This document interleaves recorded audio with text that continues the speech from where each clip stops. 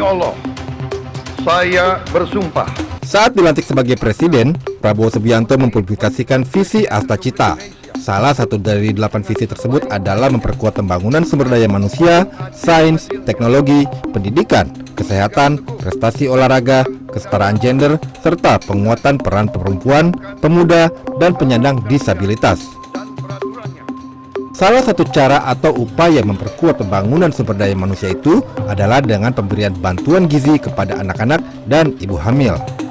Secara visi program ini sangat baik dan menjanjikan. Namun, masalah pertama timbul dari sisi anggaran. Saat kampanye, Prabowo menjanjikan anggaran sebanyak 460 triliun rupiah untuk program makan bergizi gratis. Namun saat APBN 2025 ditetapkan, anggarannya menyusut menjadi 71 triliun rupiah. Rinciannya, 63,4 triliun untuk pemenuhan gizi nasional dan 7,4 triliun untuk program dukungan manajemen. Anggaran tersebut menyasar sekitar 19,47 juta orang dari kalangan sekolah hingga ibu hamil dan menyusui. Pada Januari 2025, sebanyak 3,3 juta orang akan menerima manfaat program ini. Jumlah tersebut akan ditingkatkan secara bertahap sampai 2029. Kalau kita rinci program bergizi ini, nanti rata-rata minimumnya atau rata-ratanya kita ingin memberi indeks per anak per ibu hamil itu 10.000 rupiah per hari, kurang lebih. Kita ingin 15.000, tapi kondisi anggaran mungkin 10.000 kita hitung untuk daerah-daerah itu cukup bermutu dan bergizi. Untuk memastikan kelancaran dan penyaluran dana dan pembagian makanan di lapangan, pemerintah membentuk Satuan Pelayanan Pemenuhan Gizi atau SPPG yang menjadi dapur untuk menyiapkan makanan bergizi untuk para penerima manfaat. Setiap SPPG ditugaskan untuk menyediakan makanan untuk kurang lebih 3.000 orang. Setiap SPPG terdiri atas 45 hingga 55 orang, termasuk kepala unit, wakil kepala unit, asisten lapangan, pegawai operasional, juru masak, persiapan pengolahan, dan akuntan. Contoh, ini adalah untuk anak SD. Ini SD? Iya, untuk anak SD, itu untuk takaran sendiri. Untuk nasinya itu ada di 100 gram. Kemudian untuk ayamnya ini ada di 50 gram. Dan berikut juga dari sayurnya itu ada 50 gram. Total dari seluruhnya itu nilai kalorinya adalah sekitar 560 untuk anak SD. Kita menentukan menu yang disukai anak. Maka dari itu kita selain kita update menu secara 20 hari ya, 20 hari itu kita menunya berbeda, kita juga punya menu-menu kejutan. Bukan hanya itu, kalangan tentara juga dilibatkan dalam program makan bergizi gratis. Pada 20 Desember lalu misalnya, TNI Angkatan Laut menggelar uji coba makan siang bergizi gratis yang dilakukan di sejumlah titik di Nusantara. Rencananya, TNI Angkatan Laut akan menyiapkan 96 titik makan gratis bergizi dengan sasaran 3 hingga 4.000 siswa di setiap titik. Untuk masalah anggaran kita bisa kerjasamakan, ya. Bisa anggarannya dari pemerintah daerah atau dari Badan Gizi Nasional, kemudian kita yang mengerjakan, kita siapkan tenaga, ya. Kemudian untuk lahan-lahannya juga kita siapkan. Kita intinya kalau TNI itu kan selalu siap sedia mendukung, pokoknya untuk demi masyarakat, dan kebijakan pemerintah itu harus kita laksanakan. Menurut pakar kebijakan publik, program makan bergizi gratis ini memang baik dan layak untuk dilanjutkan. Meski demikian, perlu diperhatikan skema pelaksanaannya nanti.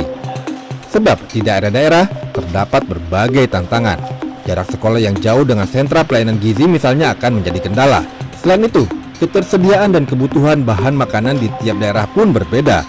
Oleh karena itu, sebaiknya pemerintah pusat lebih melibatkan pemerintah daerah dalam pelaksanaan program makan bergizi gratis. Karena itu, karena anak sekolah itu ada di daerah, berarti daerah ini yang harus diajak kolaborasi secara ini. Nah, termasuk juga dalam akses-aksesnya. Jadi akses-aksesnya diberikan kewenangan di mana kemudian daerah juga menyesuaikan dengan kondisi ketersediaan makanannya itu, Mas. Dokter, bagaimana sih cara publik harus memahami program yang akan running pada 6 Januari ini, Dok? Kita dukung usaha baik pemerintah, tetapi kita sebagai masyarakat, kita juga perlu mengadakan yang disebut sebagai kontrol sosial. Nah, kontrol sosial bagaimana? Kontrol sosial tentu masyarakat harus bisa melihat bahwa program ini seyogyanya adalah untuk meningkatkan gizi masyarakat. Dalam hal ini lebih difokuskan kepada anak sekolah dan ibu yang sedang hamil. Nah, karena ibu yang sedang mengandung diandaikan bahwa nanti janinnya insya Allah tidak akan menjadi bibit stunting. Ya, itu yang pertama ya. Jadi bibit stunting itu yang kita cegah. Nah, untuk bicara tentang kapasitas intelektual anak-anak di usia sekolah, tentu kita tidak bisa hanya mengandalkan satu kali makan bergizi yang mumpuni ya, yang mumpuni. Jadi artinya bicara tentang otak jadi intelektual, anak jadi pinter, sama seperti anak bisa punya akhlak yang baik gitu ya Mas ya. Itu kan nggak bisa ada satu jurus jitu. Jadi kita harus pahami bahwa itu tidak melepas tanggung jawab kita sebagai orang tua untuk memberikan anak sarapan yang baik, kudapan yang baik, dan juga insya Allah makan malam yang baik. Jadi kalau misalnya kita ngandaikan nih makan bergizi gratis aja dianggap sebagai contoh ya atau model. Ini loh anakmu mestinya makannya kayak gini. Wah tentu ini adalah suatu hal yang baik. Nah untuk bisa memenuhi bahwa makan bergizi ini, makan bergizi gratis ya, yang benar dan yang baik. Konsepnya adalah tentang gizi seimbang Mas. Nah apa itu gizi seimbang? Nah saya punya modelnya di sini nih ya. Yang disebut dengan gizi seimbang ini adalah suatu kecukupan setiap kali kita makan ya. Jadi ada makanan pokok ya, kita punya lauk tentu harus protein hewani ya, bukan susu ya, protein hewani tolong ya kan. Lalu kemudian ada sayur dan tentu ada buah ya. Jadi kalau seandainya kita bisa memenuhi isi piringku ini di setiap kali anak makan, insya Allah anak-anak Indonesia menjadi anak yang sehat. Dan tentu saja ada beberapa hal yang perlu kita perhatikan kalau saja program ini mau mendapat dukungan yang baik. Maka yang tidak baik harus disingkirkan. Apa itu yang baik, yang tidak baik yang perlu disingkirkan? Promosi berlebihan tentang produk-produk kemasan. Nah, kita bisa lihat ya, ada beberapa hal-hal yang seperti misalnya makanan-makanan yang tidak berfaedah ya, biskuit-biskuit yang manis, wafer-wafer, coklat ya, dan aneka produk yang sifatnya makanan dan minuman yang justru yang saya sedihkan menggunakan iklannya, bintang iklannya anak-anak. Ya, nah ini sebetulnya tidak boleh ya. Kita perlu tahu bahwa ilmu gizi sudah berkembang dengan sangat baik. Kita tahu bahwa produk-produk ultra proses, produk pabrikan yang bukan dari makanan rumahan, itu tentu akan menyumbang kelebihan gula, kelebihan garam, dan kelebihan lemak, khususnya adalah trans fat. Dokter Tang, kita kan pernah melihat ya tayangan televisi tentang apa yang diberikan sebagai contoh makan bergizi gratis itu. Di sana tadi Dokter Tan menggarisbawahi bukan susu ya. Padahal di sana kita melihat ada susu yang disajikan. The problem is, the major problem di Indonesia adalah penggagas program ini barangkali lupa. Izinkan ya saya bilang lupa. Kita pernah punya peraturan Menteri Kesehatan Permenkes nomor 41 tahun 2014. Di mana ketika 2014, 11 tahun yang lalu ya, udah 11 nih bukan 10 lagi, disebutkan bahwa kita sudah beralih dari 4 sehat 5 sempurna, udah kita kubur tuh, 4 sehat 5 sempurna udah kita kubur, menjadi yang disebut dengan program yang disebut dengan gizi seimbang. Nah, bicara tentang susu, nah ini menarik, susu itu adalah suatu produk ya, produk karena dikemas ya. Kita tidak minum susu seperti kayak orang barat-barat gitu yang berasal dari langsung dari peternakan dikemas. Nah, risiko dengan kata susu apabila Anda betul-betul akhirnya terpaku pada susu, nomor satu, lebih dari 80% penduduk kita intoleran laktosa. Nah, itu yang ngeri. Jadi minum susu tapi ujung-ujungnya malah diare ya. Tentu ini bukan alergi. Jadi diarenya nggak saat itu. Tapi kalau dirutinkan setelah berjalan 2 minggu, setelah berjalan 3 minggu, kok maaf ya, pup saya kok jadi ambiar ya. Nah, yang kayak gini kan kasihan, malah pencernaannya tidak baik. Nah, yang kedua yang lebih menarik lagi adalah susu itu banyak loh kastanya. Nah, saya tidak mau ini menjadi celah yang akan disusupi oleh hal-hal yang tidak kita inginkan.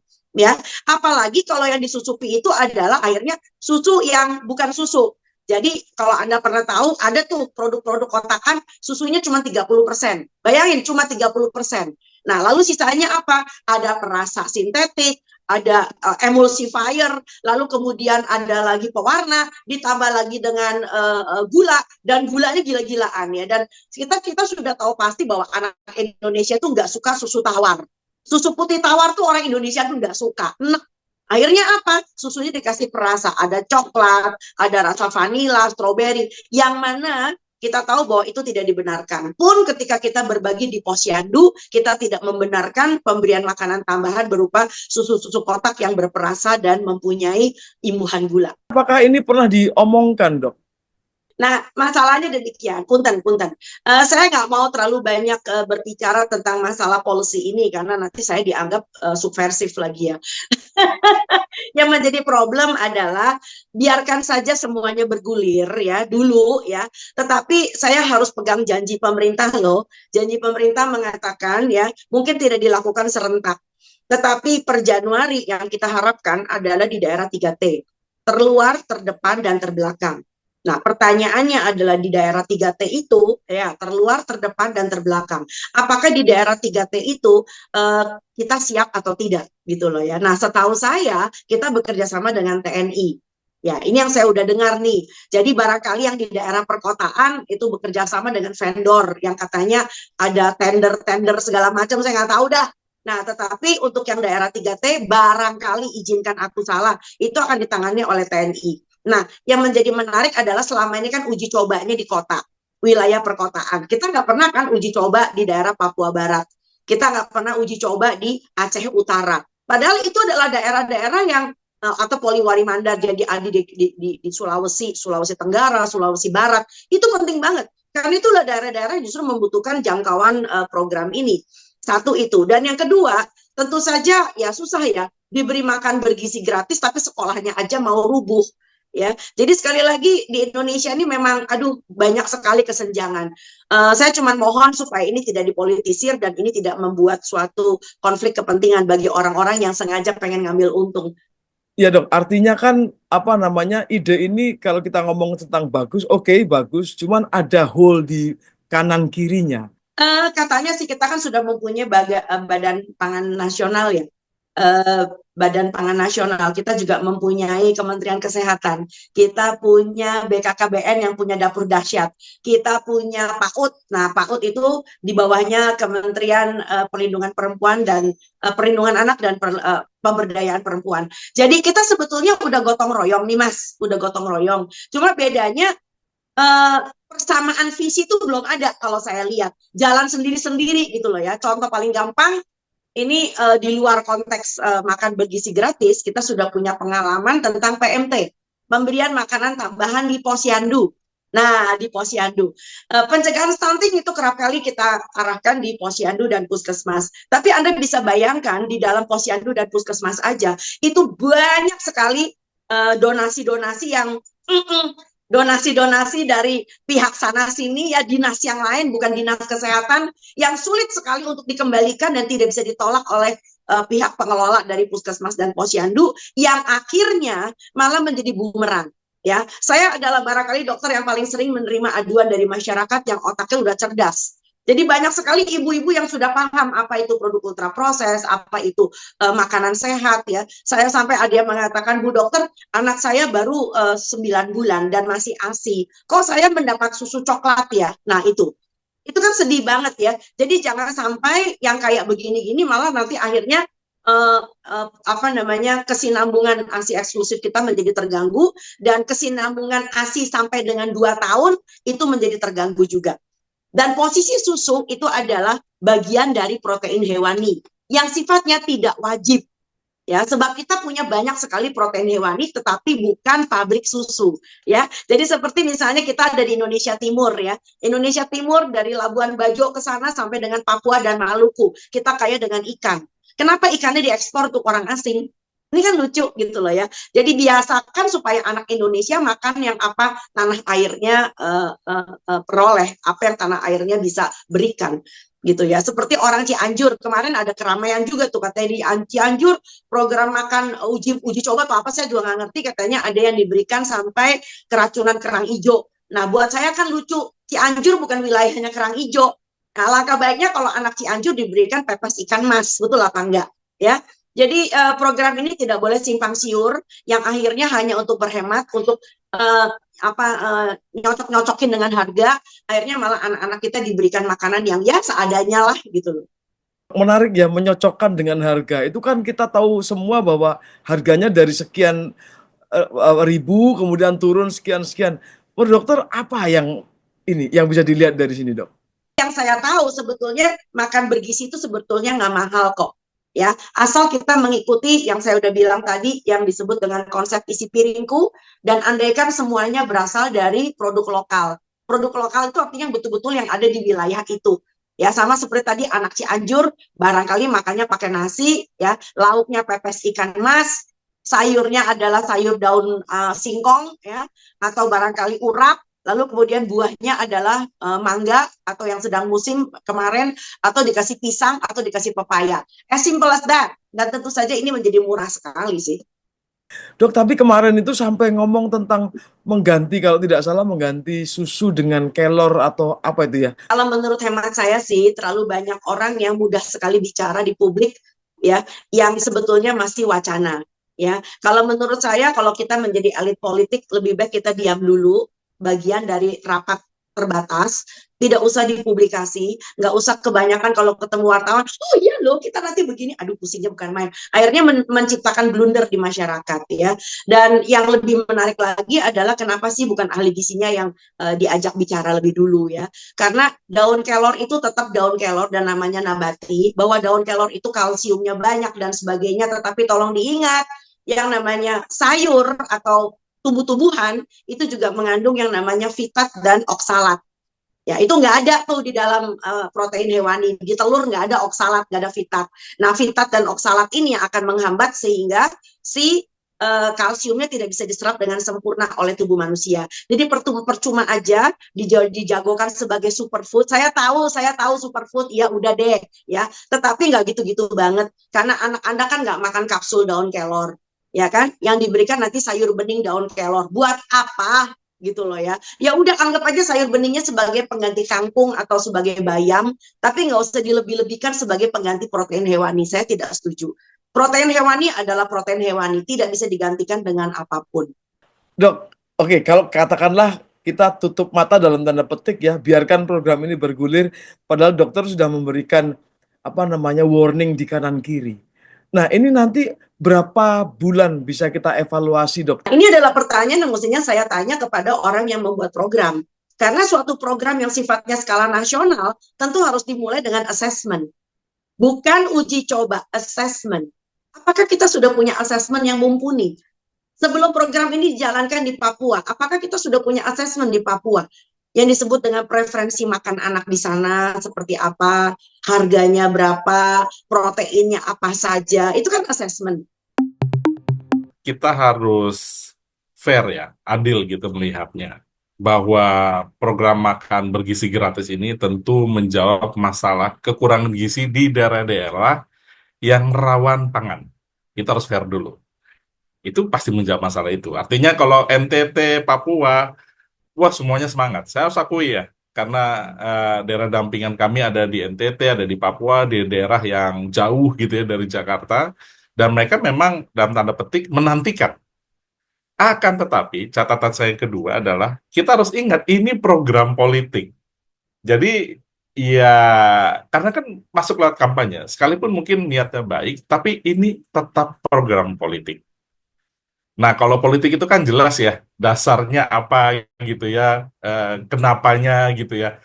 Apakah betul misalnya kita harus ya lebih dalam melihatnya, apakah betul memang ini tujuannya murni untuk memenuhi pangan? Karena alasan politik biasanya suka kepleset dan artinya nggak bisa tahan lama juga. Itu yang kedua. Yang ketiga, ini kan sudah ada pilotnya banyak ya. Catatan saya begini nih, kalau melihat menunya itu unik ya. Jadi mereka menyebutnya ayam dibalut dengan tepung. Kalau lihat penampakannya itu nugget. Ayam dibalut dengan tepung crispy. Loh, kok karage gitu ya. Sebenarnya sih, ya gimana ya, karena ini sasarannya kalau untuk anak SMA, begitu, anak SMP mungkin, iya, kita sama-sama tahu itu makanan yang kita sebut pangan olahan, kalau di peraturan pemerintah, pelaksanaan Undang-Undang Kesehatan atau Undang-Undang Kesehatan sendiri menyebutnya sebagai pangan olahan, dan kategorinya pangan olahan siap saji. Artinya ini bukan pangan yang sifatnya non olahan ya. Jadi kalau di dunia kami kita sering juga sebut nama super ultra processed food ya. Jadi ini kalau di PP-nya itu pangan olahan atau pangan olahan siap saji. Nah, gizinya terus terang belum ketahuan. Dan yang juga sangat penting adalah di PP ya PP terbaru kita pelaksanaan tentang Undang-Undang Kesehatan itu clear. Kalau pangan olahan harus ada labelnya dulu ya. Labelnya ini harus mencantumkan kadar garam, gula, lemak. Artinya kalau BPOM ya kemarin itu sempat rapat, saya ikut rapatnya, mereka bicara soal label ini.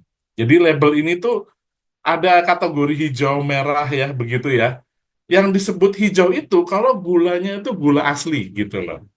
Nah, belum lagi kandungan natriumnya dan lain sebagainya. Ini banyak. Apakah itu sudah disiapkan atau tidak? Itu mandat PP loh. Artinya ketika nanti eh, ada sajian gitu ya di kemasannya, berani nggak fair menyebutnya bahwa ini kategorinya kuning. Jadi tidak nutrisi full begitu ya. Artinya tidak hijau juga tidak merah, tapi kuning. Kenapa? Karena ada pangan olahan di dalamnya. Kan harus ada labelnya. Bahkan disebutkan di PP-nya tuh clear juga ya bahwa kalau pangan olahan ini melebihi kadar yang diwajibkan, kadar yang ibaratnya standarnya begitu, itu dia tidak boleh sponsor. Jadi saya nggak perlu nyebut ya sponsor-sponsor makan bergizi ini. Jadi artinya kalau ada sebuah produsen korporat yang mensponsori kandungan atau ayam dibalut tepung itu, dan dia ternyata melatih kadarnya, dia nggak boleh sponsor sebenarnya.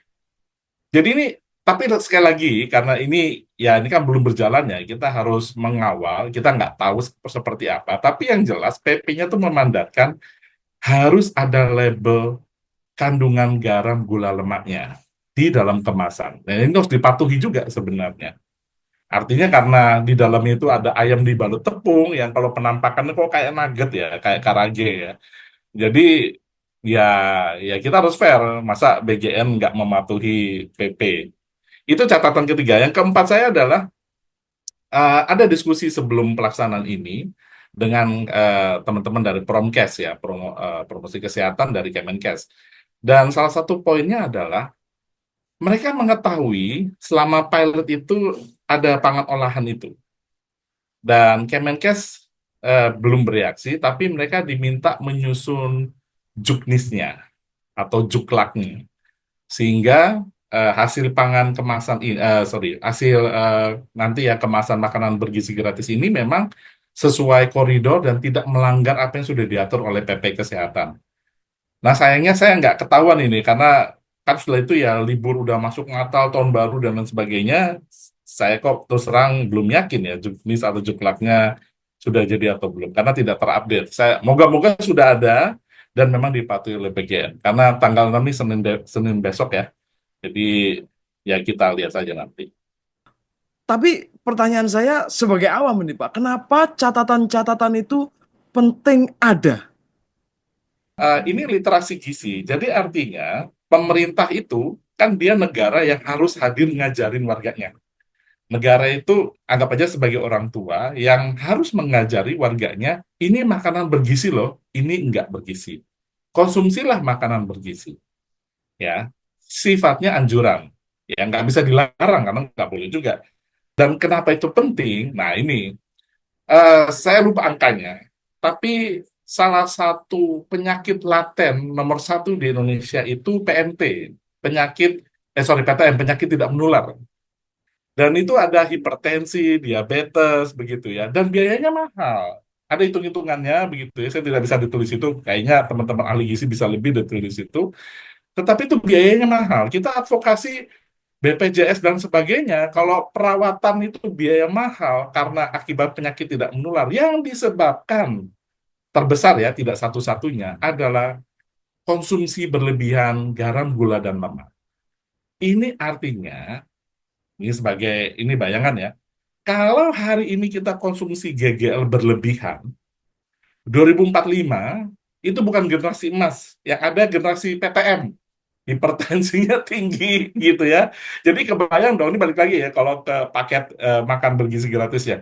Kalau nggak ada label yang clear, kalau tidak ada label yang jelas, dan tidak ada arahan jelas dari Kemenkes bahwa pangan produksi itu betul-betul aman GGL, maka sebenarnya kita sedang nabung PTM, penyakit tidak menular, kurang lebih ya 30-40 tahun ke depan. Dan itu nggak baik. Nah, kemudian ada satu lagi nih yang menarik ya.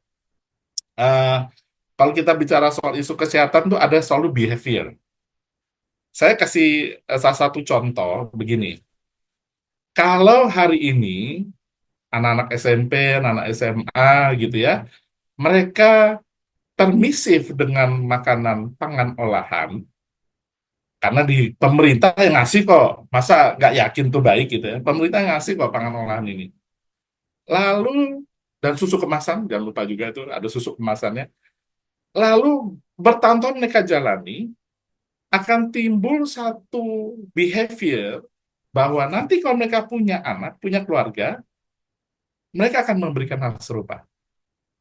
Bahwa ketika negara permisif dengan pangan olahan dan tidak dikawal keamanan gizinya, GGL-nya, garam gula lemaknya, maka anak-anak sekarang menjadi terbiasa dan dia akan memberikan itu ke anaknya lagi.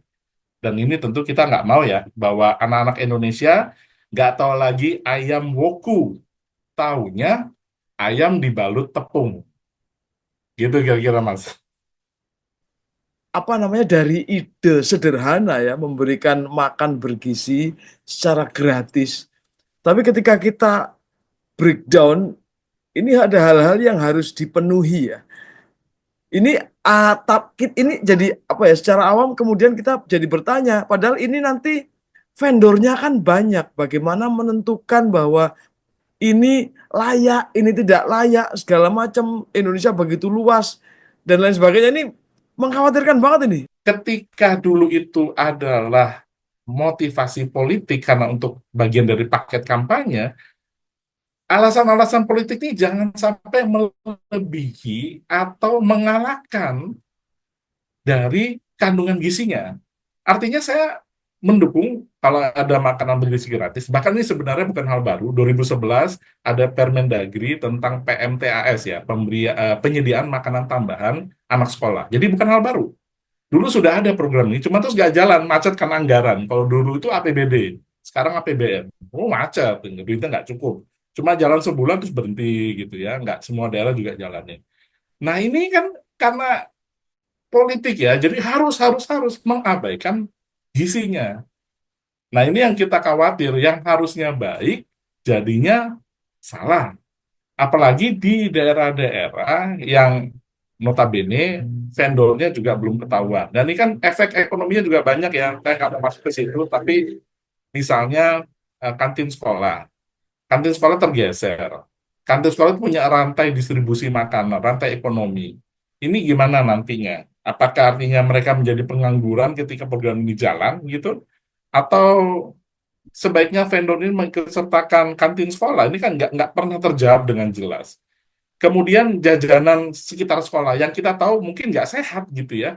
Akan tetapi itu juga ada rantai ekonominya. Ini kan banyak ya. Kemudian ada lagi rantai ekonomi lain.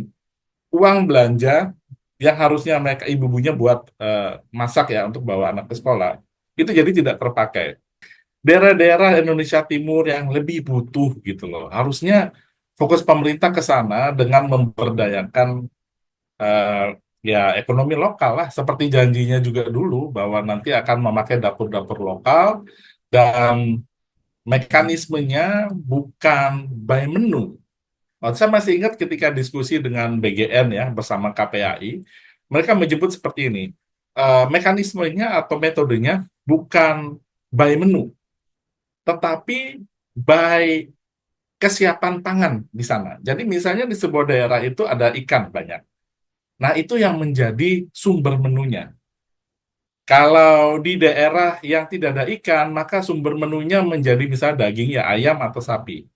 Nah, sehingga diskusinya menjadi menarik. Waktu itu ada teman dari Papua nanya, kalau begitu harusnya di Wamena, mohon maaf ya, harusnya daging babi.